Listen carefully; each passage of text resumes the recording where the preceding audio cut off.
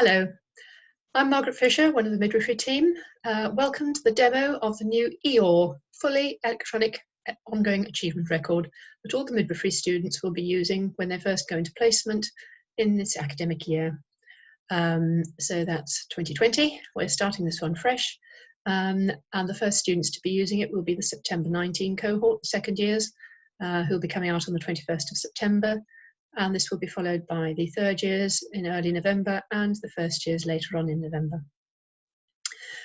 So far you've been used to having a hard copy OAR, and the students have had an electronic one, pebble pad or a temporary version of the OAR for their practice portfolio. The whole thing is now one.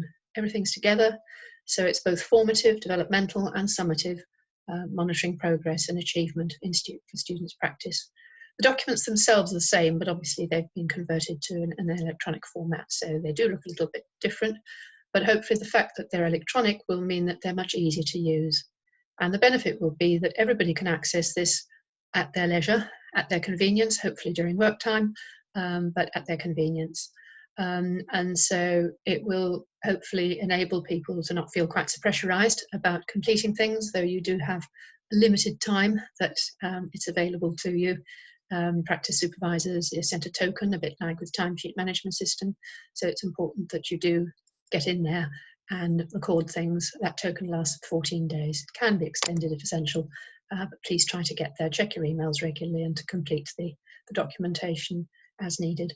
The practice assessors and academic assessors and the students themselves obviously will have full access to the OAR throughout the year to be able to access it whenever they want to and do editing. And this will enable progress to be monitored regularly, people to communicate with each other about the students' progress, and just generally make life a lot easier, that we don't have to be chasing around with pieces of paper and travelling all around the countryside. So it really doesn't matter if the practice assessor is in one end of the country and the student is in another, and the academic assessor is somewhere different yet again, especially in this virtual world. Not a problem at all, everybody can access the OAR.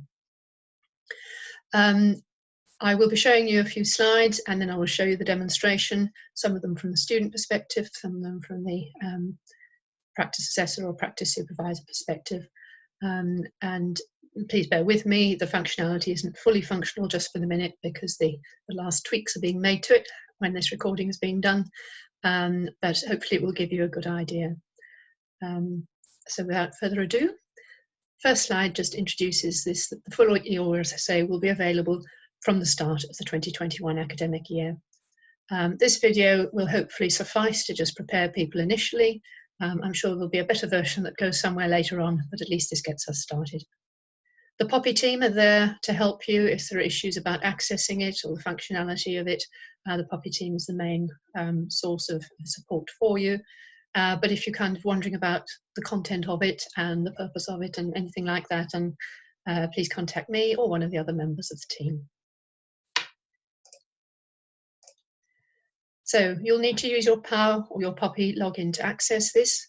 Students will be aware of their numbers and their access, and it's the same one as used for anything for Poppy. And the practice assessors will similarly should be familiar with this because of being on the practice assessor register and so on Poppy.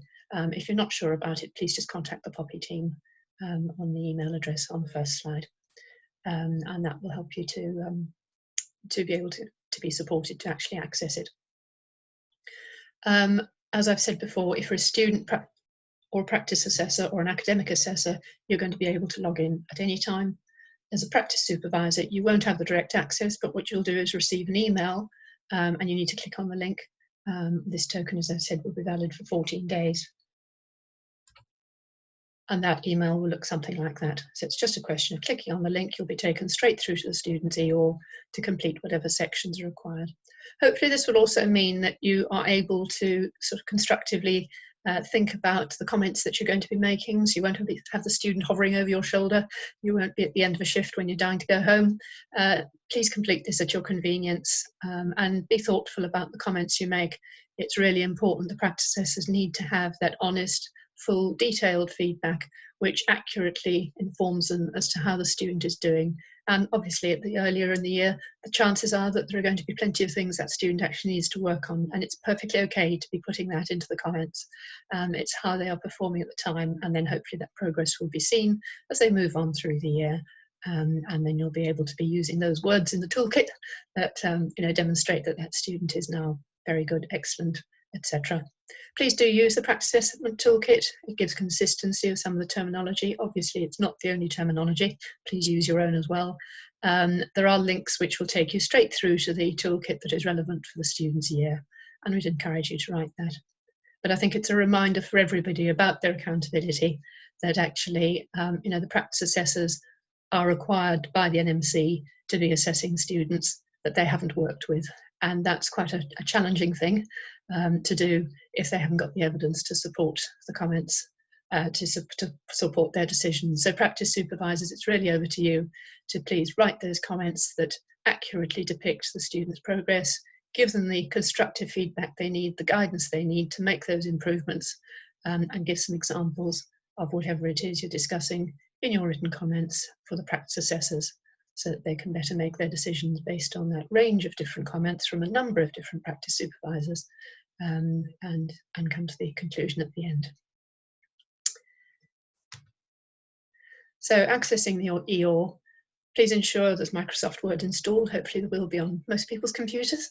Otherwise this won't work. As I've said, log into Poppy using your normal login details. This is the students, practice assessors and academic assessors will all access it in this way. Arrows are pointing here to how you can click on this particular screen. It depends a little bit how you get into Poppy in the first place as to which screen is going to appear. So I'm actually going to show you two. And there will be either the button you can use there or the tab, and that will get you into the student's EOR. The alternative one is, for instance, if you put in Poppy Health into Google, good old Google, and then you'll find this screen appearing. Again, go for the bright green screen, computer screen, and that's the midwifery ongoing achievement record. Please don't go into the nursing ones. You'll end up using completely the wrong documentation and everybody will get confused. There is a user guide available on this link when you click in on here, and so it's it's a useful one to use. This user guide is in the process of being updated at the moment, and there are also some of the key documents that are used by students that can be downloaded for others to fill in, such as the service user or comments from other staff members like maternity support workers or whatever, that can then be uploaded to the EOR. And then you'll be getting into the screen looking like this and going straight into the EOR. This is a video link because I will put the link to this video later on, but just at the minute I haven't got one because I'm recording it, and then that will also be accessible to folk because this PowerPoint presentation is just supplementary to the video. Students, there are a couple of slides here for you that explain how you're supposed to be inviting others to access your EOR. So this would be when you first identify your practice assessor, and then, as I say, that practice assessor's name will be appearing. So at the bottom of the screen here, you'll have the name appearing, and you'll be able to just transfer that name across if it's an entry that you need the practice assessor to be completing. If it's a practice supervisor, you need to put in their email address, and there will be a little button at the bottom that you put in their email address. So it will be important that those are available to students, and it might be that clinical areas decide that perhaps you'll make those a little list of email addresses, NHS or local trust email addresses available to the students so that they can easily input those and invite the practice supervisors. Academic assessors, you'll have access anyway. Some of the names will appear in drop-down columns because they will link with the students in that particular clinical area. If they're not there, then you just type in at the bottom.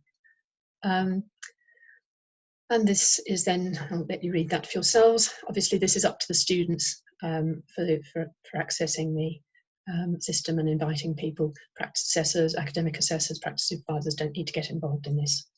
So students can look at these slides later and read that if they're not sure.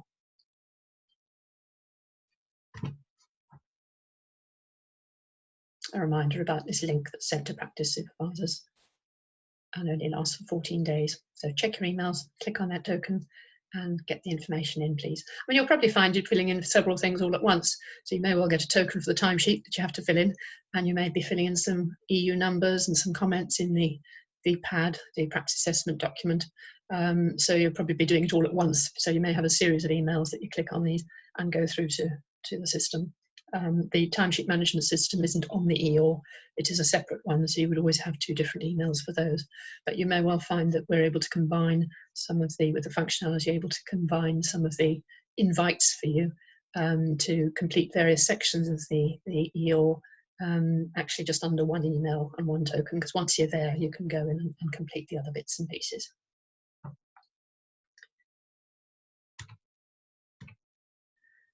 Oops, not quite sure why that didn't show. Perhaps it was because it was the end of that one. Right, I'm now going to show you the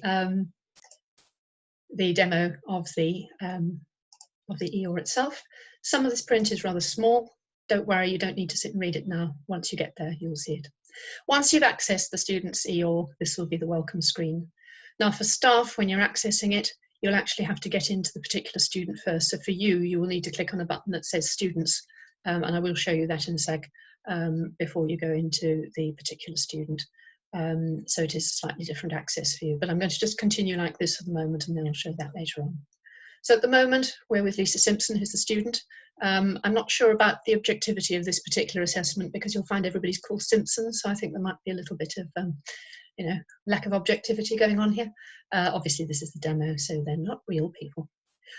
This is your drop-down menu, which will show everything that is on that site. So the main section, which will cover all 3 years, is the EU log and the proformas to print.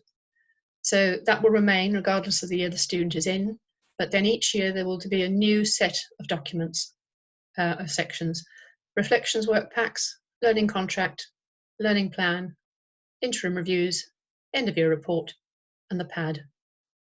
And generally they're kind of in the sequence in which the key documents are completed. The students will be submitting to reflections and work packs. Generally speaking, other people don't submit to that area. However, if there is some evidence that's appropriate, there is the functionality that you can do that. The learning contract will be for the practice assessor and the student.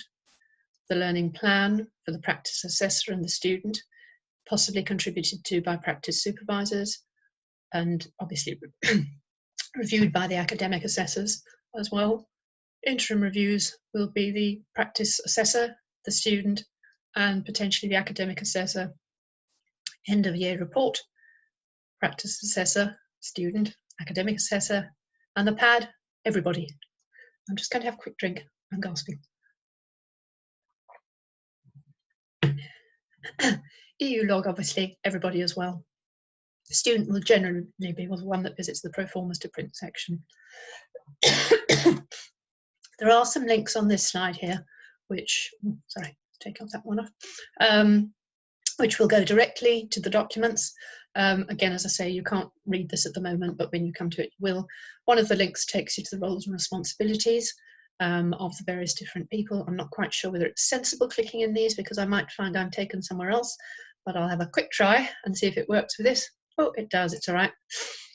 Sometimes you make a mistake by doing this and end up losing where you should be. So this document was in the PAD before, in the hard copy all before, and it outlines what the NMC requires of the practice supervisor, of the practice assessor, and of the academic assessor. So that one is quite clear, it hasn't changed, and please could we stick to that process, because that's what been agreed across the whole of the Southwest, and also obviously aligning with what the NMC requires, but also what we've agreed within this locality, so that students have a similar experience as they possibly can. So you'll be able to access that document. These resources would also be available to practice supervisors, practice assessors in a separate forum, so you can have a chance to look at these later on as well. But this is obviously just part of the video. I can't leave it on for too long. And this is where I probably regret having looked at that one at all, because I'll find I can't get into this. Sorry about that. Right. This link will take you straight through to the standards on which all of this is based, standards for student supervision and assessment. And please feel free to get very familiar with this document. This is what tells us what we're all supposed to be doing and why all these changes have been made. And hopefully the EOR is going to help support you with that one. obviously on the NMC site, and we should all know about that and be working with this and the code in supporting students.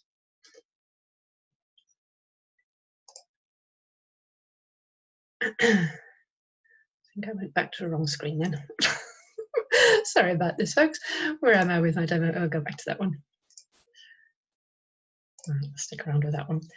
Why can't I get rid of it? Probably because I'm up there. The other link that goes through is to the mandatory requirements. Now, because of COVID, we actually have to have 3 different documents which relate to the students and their different needs, and basically reflects their pathway through the 3 programs. So there's one for each cohort when you click on here. The one that we click on with this particular one takes us through, I think it's the first years, but there will be one for the second years and one for the third years, which is specific to their cohort and takes on all COVID changes. This particular one, because it goes to first years, is nice and simple. There are no red comments here, but for second and third years, there are various adjustments that had to be made during COVID. So it looks a bit different. So students do refer to this. You've got this elsewhere, you've got it on your Moodle sites as well, and you can see what you're supposed to be putting where, when, and when things are due in.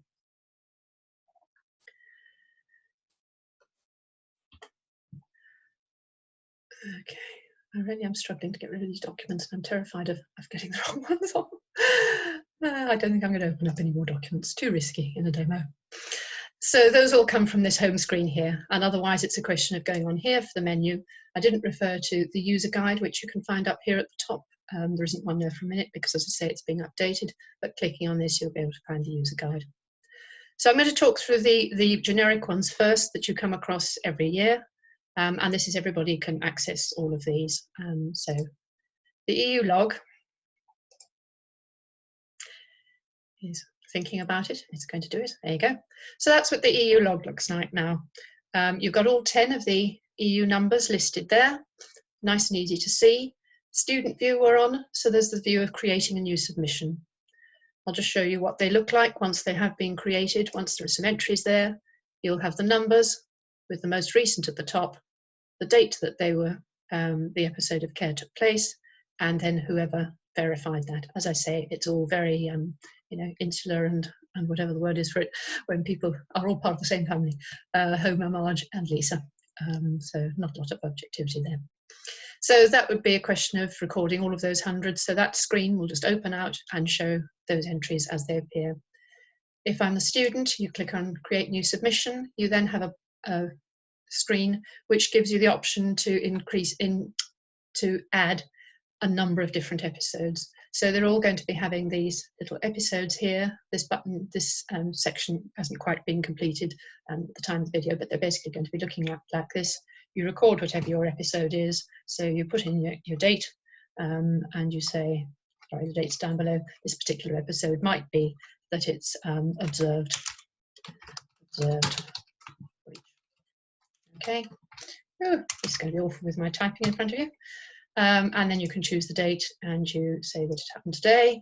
You add that one and you will then have the opportunity to submit.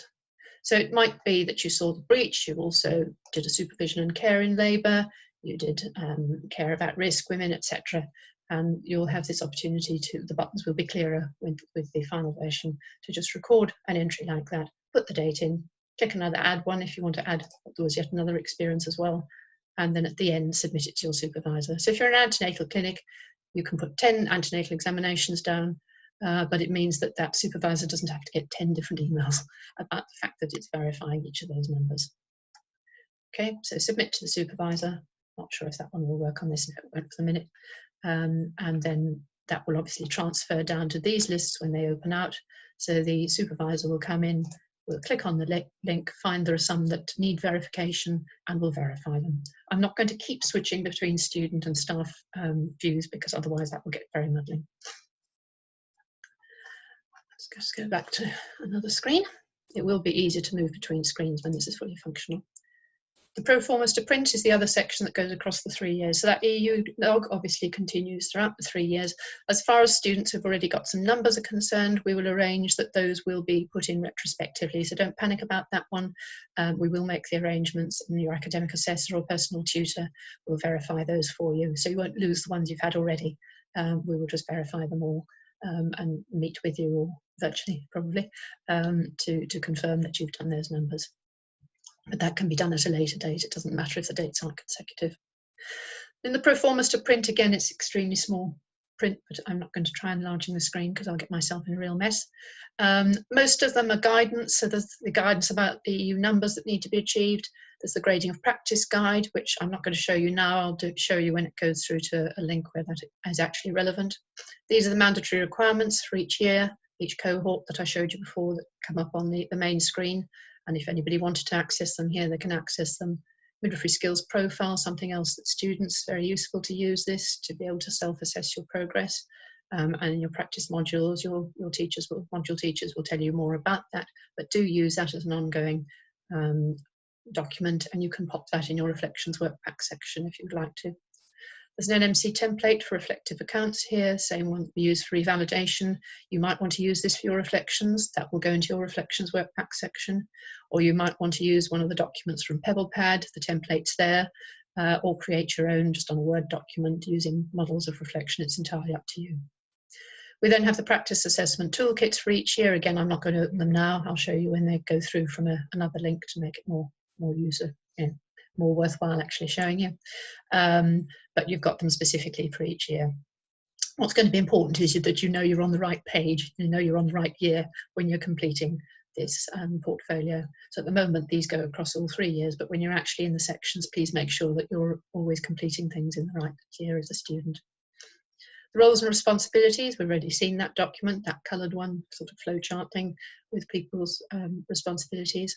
And then the templates that can be used for people who aren't practice supervisors or assessors or academic, i.e. those who don't have NHS mail addresses and the ability to upload to these EORs.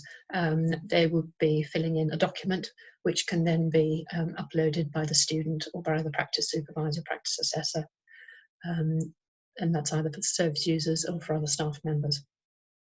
But those forms are self-explanatory.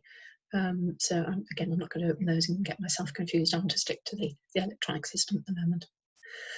So those are the overall 3 years, and then you start getting to the year. Again, obviously in the real one, this is going to look clearer, and it'll say year 1, year 2, year 3, etc. And you will have the access to those automatically. It's just at the moment you might find I'm popping between different years just because of the system and the screen I happen to be on. We'll do these in order. So the reflections work pack section looks like this. Yes, says what it is on the tin. Work packs, those will be the ones like venipuncture and vaginal examination. If you want to put your non-maternity pack and things like that, you're welcome to. But the ones, the case loading autonomous study are mandatory ones. So check that list of the mandatory requirements to see which ones need to be here.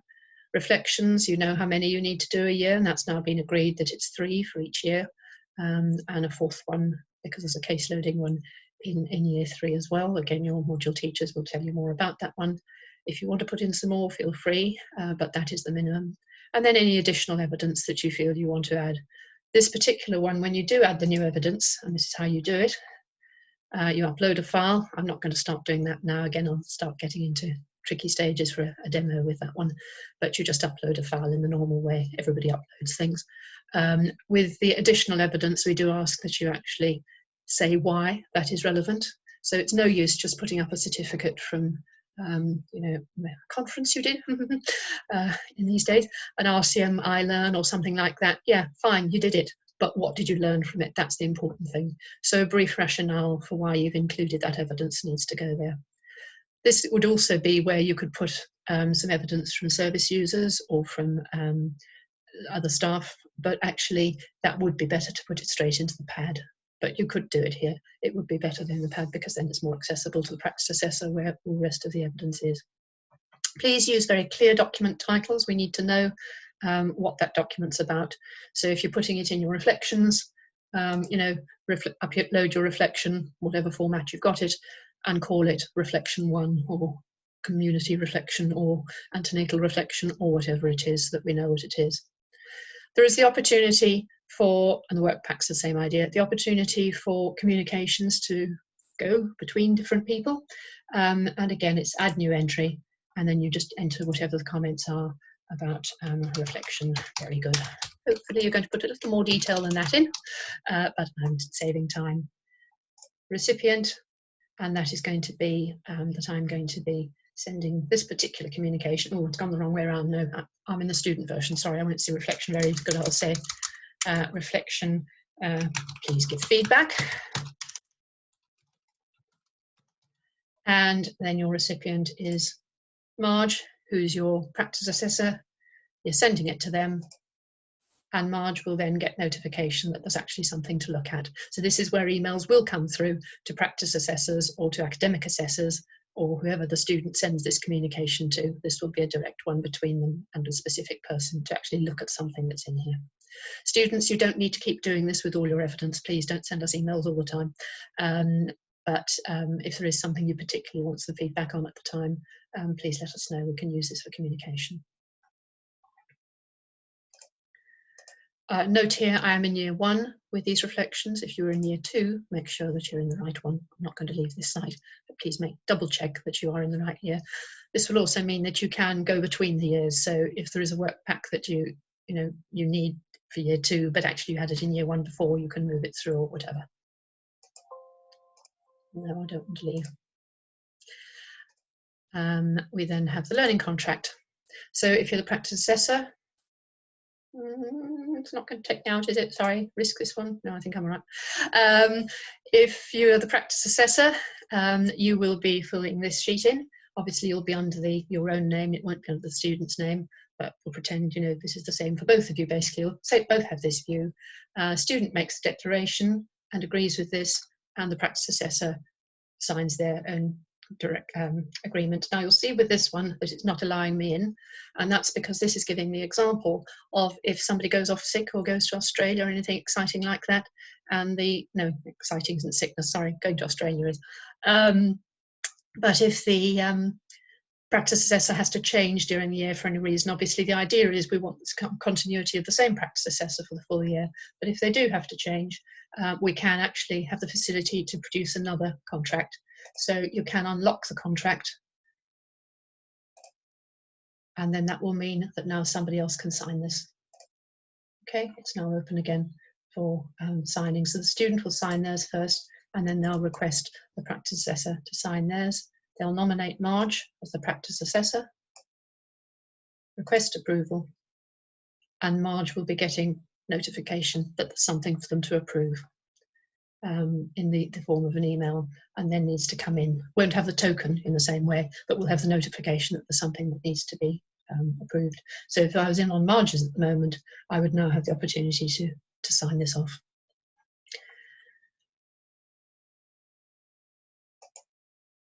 Right. This obviously only has to be done at the beginning of the year, or if there's a change in practice assessor. But the one that's going to be visited hopefully regularly, certainly at the beginning of each practice block, and then towards the end of it at least, by folk, just to be monitoring how the progress is going. Again, very small words, you can read them when you've actually got the screen in front of you, but just explaining about the learning plan, explaining about using the GROW model, and it's basically the sort of coaching approach of, if you're the practice supervisor or practice assessor or academic assessor, it's helping the student to actually identify their own learning needs and meet those learning needs, work out problem solving opportunities, basically not telling them what to do, it's helping them to help themselves and be, student-led, adult-led learning. So creating a new plan, putting down a new goal, what you want to do, reality. So what do I want to do? What's the reality? Where am I? I want to learn about cesarean sections. The reality is I'm in community. Options, not really appropriate here. I think I might need to wait until I go into the hospital setting. What will I do? I'll make this my goal when I go to the hospital setting, target date, and submit. Obviously, you're not going to be putting one like that, but that's just to give you the example. Again, I'm not sure that I'm going to we'll put GROW in here rather than writing them all down, and see whether or not this functionality does work. Target date today. And we'll probably find some rather strange thing appears at the bottom, or no, this particular one isn't functioning, but that's absolutely fine. Don't worry about this, it will with the real ones. It's just while it's being worked on at the moment. this is only the demo. And then those will appear down at the bottom, again with the most recent at the top. And this one is having some changes made to it. This may not be completely changed by the time it goes live, but those changes can be made subsequently, where we're hoping to make this a little more interesting and actually have coloured RAG rating. And student, practice assessor and academic assessor will all be able to, and practice supervisor will all be able to adjust this one and determine the progress and see whether it's red, it's something that still needs to be achieved, whether it's amber, it's an ongoing one, or green and actually achieved, and then develop the new one.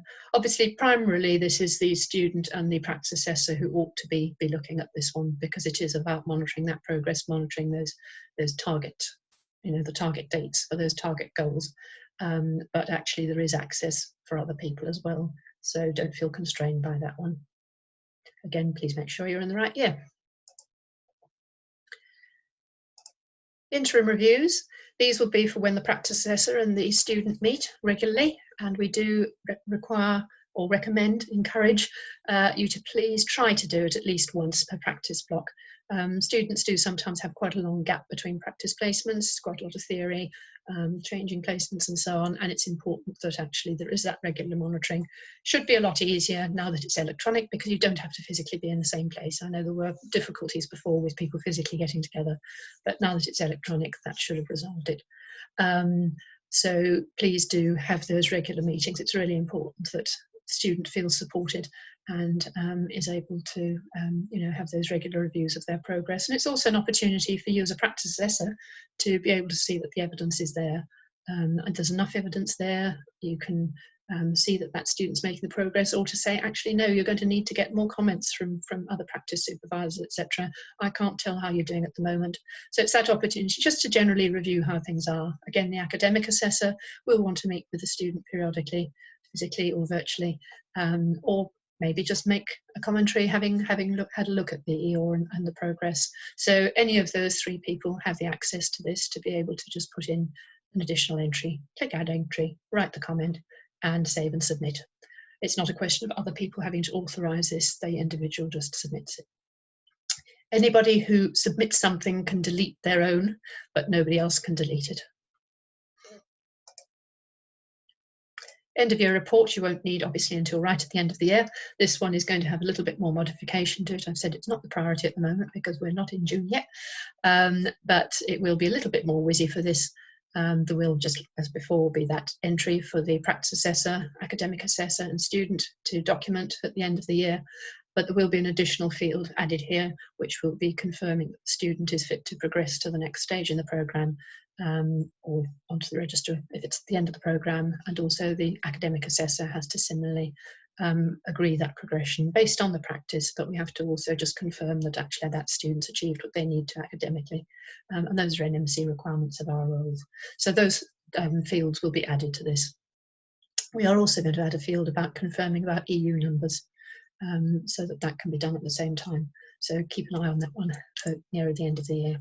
You won't have a new video for that. I'm sure you can work it out for yourselves by then.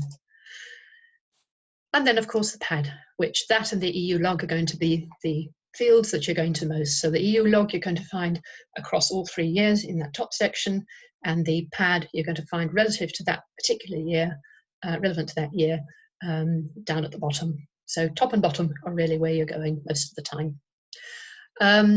Again, make sure you're in the right year. This should all be set up so that you will automatically be in the right year, but always do a double check. And again, a bit like the EU log, you've got everything listed, which will then open out to other screens. Hopefully this makes it slightly less onerous for you. There are some other whizzy things that might happen with some colour changes and things, but they're not a priority. They may not happen at the moment. Something that is going to change is that this will look a lot more like the other fields. But again, because it's only the end of the year, the grading is done. I said to Eric, who's been working on this one, not to rush into it, but it will be transformed. It's not going to be a document like that for grading. It will be transformed. So you won't have it visible like that.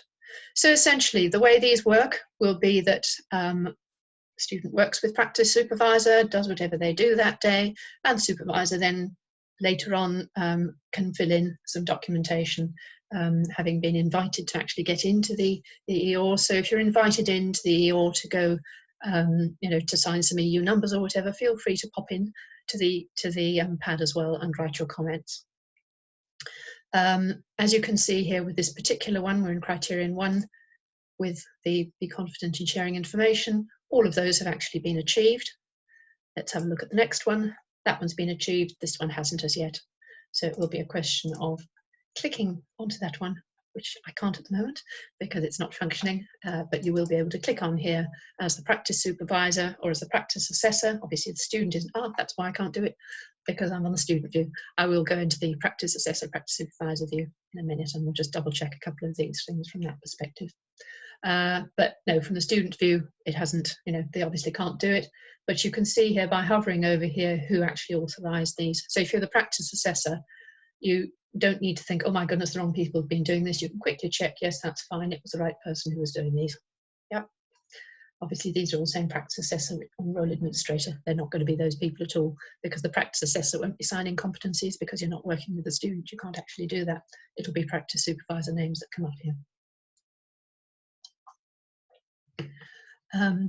So they will gradually appear like that. You'll get all the greens. We are hoping that there will be some sort of system whereby you can actually see at a glance. You can, beg your pardon, this one has been done. So the fact that that one is ticked off when I haven't opened it means that all of them have been approved. So you don't actually need to open them all. If you're the practice assessor at the end of the year and you're seeing all of them green ticked, you know that they have all been signed off.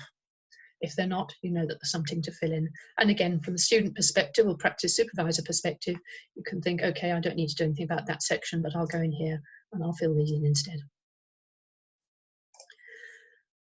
Adding your comments, add the evidence, write whatever you need to with these constructive comments, appropriately, honestly. Yes, if there's things to criticise, please criticise them. Don't say every student is fantastic. Keep the fantastics for the fantastic and for the end of the year and when they've achieved that. Write whatever you want to. Again, you're not constrained. It's electronic, so you can write as much as you wish, or you can upload a file. Now this from students, because students, you can actually do this as well. So as you can see, I have the ability to write in some evidence as a student. So you could actually say what you felt your progress was. So for instance, if you'd had really good day or good couple of days with somebody, but they weren't around at the time to sign things off or whatever, but you wanted to capture it and you wanted to capture how you've been able to deal with a particularly challenging initial consultation with them, you can put this in, put your own evidence in. It will come up that it's you that's put it, so it's not going to be that your practice assessor is going to think all these fantastic things about you have been written by other people, but it is a good way of you self-assessing as well, because you need to take ownership of your learning, and it links in with that GROW model and the learning plan that you're actually, you are directing your own learning. So this is also where you would upload a file. So if you wanted to upload a service user or MSW comment or something like that, you could upload it here, say this is the evidence from the woman I cared for in Neighbour or did the initial consultation with, submit it, okay, and it goes straight up there. You can remove your evidence, but you can, nobody else can, okay. The way this is going to be set out is that they're going to be stacking on top of each other so that there's only one form of evidence seen, the most recent ones, that there's not huge quantities, but there will be a button that the practice assessor or academic assessor or student can look at, or supervisors can look at other people's comments below it. So you'll be able to open it out like these have opened out, or you can have it just that you've got the most recent evidence there. So really you can sort of dig as deeply as you like into these things. So all of them are like that. As I say, ignore this one. The other thing just to point out to you here is that you've got the toolkit. So this is where you go straight through to the practice assessment toolkit. So when you're writing your comments, you're thinking, what words should I be using? That's not the right document coming up there. There you are, level 4, year 1 student, and you can use your Wordles, or you can use your lexicon frameworks, or you can use your rubrics, whichever you prefer. Everybody's got different styles. And then you can look at the sort of words you should be using, sort of phrases you should be using for that student. Then document your comments here. Okay, so that tab there will take you straight through to that particular year. If you are the practice assessor and you're doing the final grading of the practice, this will take you straight through to the grading practice guide. So you can use both. You can use the toolkit And you can also use the guide, which will give you the idea of the grades you should be giving. And so all of those are very readily accessible. And this again is the advantage of having the electronic systems, that you can just click into them. These will close down. When you want to close them down, you can go into the next section, exactly the same principles there. But being collapsible like this, hopefully you feel that they're not all kind of on top of you and you close them down. This is where hopefully we might get to the point where we can actually indicate on here if the entire criterion is complete, but that's something that will be done later on, again, so that it can be seen at a glance as to whether there's still some work that needs to be done with signing off all those competencies, or whether they're actually all achieved. And it's just a question of people going in and writing their evidence. And I think we've more or less shown it everything there. Yeah. So EU log, PAD, your main areas, practice assessor and student will need to be looking at other sections like those, and the academic assessor will be looking at those as well. Student, predominantly, we will be working in reflections work pads and the performance to print, and that's it. And the same thing will be happening each year. So I'm now just going to show you the, I'm going to change over to being the supervisor assessor, just to have a quick look at a couple of the views from that perspective. So we will, so we have to go into students. Yeah, if you're the practice assessor, academic assessor, you will need to go into students first. And you'll then have a list of students appearing. You can search for them by putting their surname down. Sorry, those are students we have, but I haven't got any details about them, but it's just because they are on the system that they're there. So you can search for your student. We only have Lisa here, and forget the fact it says she's in the emergency department. We know full well that that's not the case. It's just that we've got names that we use with the nursing side as well. There's no need to change everything. So you're now in the equivalent of the students view. And if you go here, you now have access to all of these. So if you have a look at the EU log, you would say, ah, right, that's the one I need to verify. And similarly, if you're the practice supervisor, you will have been given the token, which will enable you to get in here and verify that particular EU number. So you click on verify and it will come through with a signature. Again, this one isn't functioning properly just at the minute, but that's how easy it is. We won't worry about the performers, reflections, not a lot of point in that because everybody's got the same access to that anyway to upload and so on. Learning contract we've seen really, so it is just the question of, yeah, the students now signed. We saw that on the last one. Yeah, we went in, we had the student signing their declaration, so that's now pre-filled, but they asked you to sign yours. So you had the email through saying, please sign my learning contract. You came in here and you thought, well, while I'm there, I'll look at some other bits and pieces, which you're free to do. Ignore that one. So learning plan, same principle as before. You can look at it, you can create it, you can review it, and you'll be able to change the ones that are, you know, to review the ones that are here. Again, that functionality you can't do just for a minute. And your reports, we've seen all those, there's no difference. So just taking you down to the pad. As a staff member, so as a practice assessor, practice supervisor, or an academic assessor, you will be able to go into these and fill in whatever's required. We've seen all these before, but the different view is, yes, those have all been achieved. However, I'm now having the option to delete some. And this is actually quite useful because there are occasions when somebody may think, actually, I did sign off that one, but I'm not happy. She's really gone backwards with this. So you could actually take it off, which we couldn't in the past. Or you might think, oh, yeah, I made a mistake. I didn't mean to put this in antenatal. It was a postnatal. So you can, again, delete your own entry. Obviously, student can't delete. But if the midwife has incorrectly put something in, then that can be deleted. And the other thing to show, yeah, that was probably the only thing to show you on that from this different, oh no, here we are. So I now want to approve this. Yes, she was fine. She was very individualized with her approach to care on that particular day. So we can put in today's date and we can save it. Is it going to do it with me? See if I can find that one again. Not sure which one I was on. See if it's actually gone through. I said it was the individualized. Yes, there you go. So there I am. Marge Simpson approved this today, but I can delete it because I can think, no, I didn't mean to put that one down after all. Okay, so that's as easy as that will be.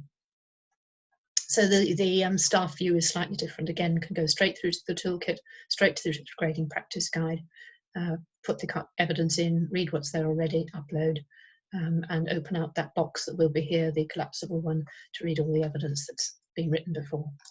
I have arranged it that the evidence, you are only going to see the most recent one, and this is so that you can hopefully go in there if you're the practice supervisor, normally practice supervisor writing these comments, that you're not being influenced by other people's comments initially, because it's actually important that you give your own perspective, but you will be able to open out and look at other people's if you do want to. And obviously practice assessor, academic assessor, student yourself, you're all able to open out and look at other people's comments. But that will enable you just to sort of add your own, having seen the most recent one, which will hopefully make it less visible to you as to what other people have said. So I think that's all I need to show you at the moment. Hopefully you'll find this a lot easier. Hopefully you'll find it user-friendly, and certainly help you with the EU log. Was there anything with that? Sorry, just quickly look at the log. Yeah, you see what we haven't got here with the staff version is that tab at the top about doing a new entry. So that is only on the student version, where they open out and actually put in the different dates and the different the episodes that then need to be verified.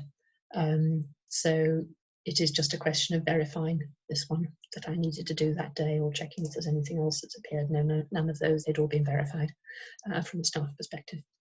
But yeah, hopefully everybody will find this a lot easier to use. And it'll be interesting to see. Please feel free to give us feedback. And to students, enjoy your placements, and to all the staff supporting, thank you ever so much for your support, and good luck. I hope you enjoy this year. Hopefully it'll be slightly easier than last year, somewhat interrupted by COVID. Can't guarantee that's not going to happen again, but at least the electronic system will hopefully make life a lot easier, that everybody will be able to communicate in a much better way. So thank you for listening, and if you've got queries, please do contact me. I'm M. Fisher, FISHER, @plymouth.ac.uk, or one of the midwifery team, and we'll do our very best to support you. So thank you for listening, and enjoy.